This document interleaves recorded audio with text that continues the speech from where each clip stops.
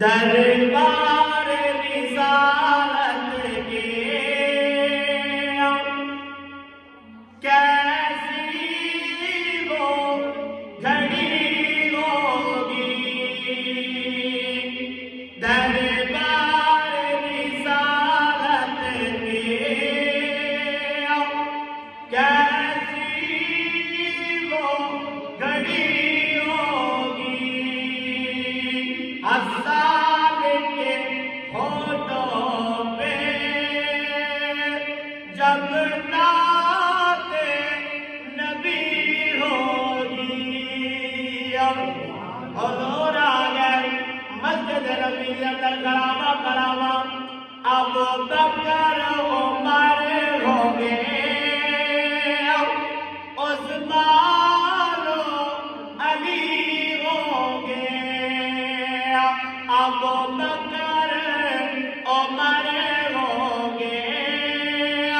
عثمان علی ہوں گے، حسنین کے نانا کی کیا بزم سجی ہوگی، حضور آگے کراما کراما چل دیا حضور علیہ السلام اپنے ممبر دے قریب آئے، نبی دے غلام ممبر دے گرد جمع ہو گئے، او مجلس جس کے اندر ابو بکر ہے، او مجلس جس کے اندر عمر فاروق ہے، او مجلس جس کے اندر حضرت عثمان غنی ہے، او مجلس جس کے اندر علی ابن ابی طالب ہے، او مجلس جس کے اندر امام حسن امام حسین ہے، حضور دی مجلس سے بھی صاحبو میرے قریب آقا علیہ السلام تاجدار مدینہ ممبر دی پہلی سیڑھی نے قدم پہ رکھ دینے، حضور نے باوانے بلند فرمایا آمین، حضور نے دوسری سیڑھی نے قدم رکھیا، میری سرکار نے فرمایا آمین،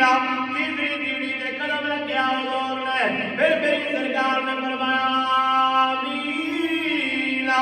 میرے نبی پاک نبی نے بات فرمایا، صحابہ نے بات فرمان والا امام الانبیاء ہے،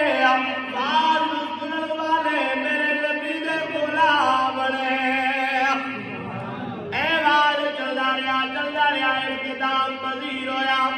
صحابہ نے بات نبی دے غلام حضرت کامل وجہ رضی اللہ تعالیٰ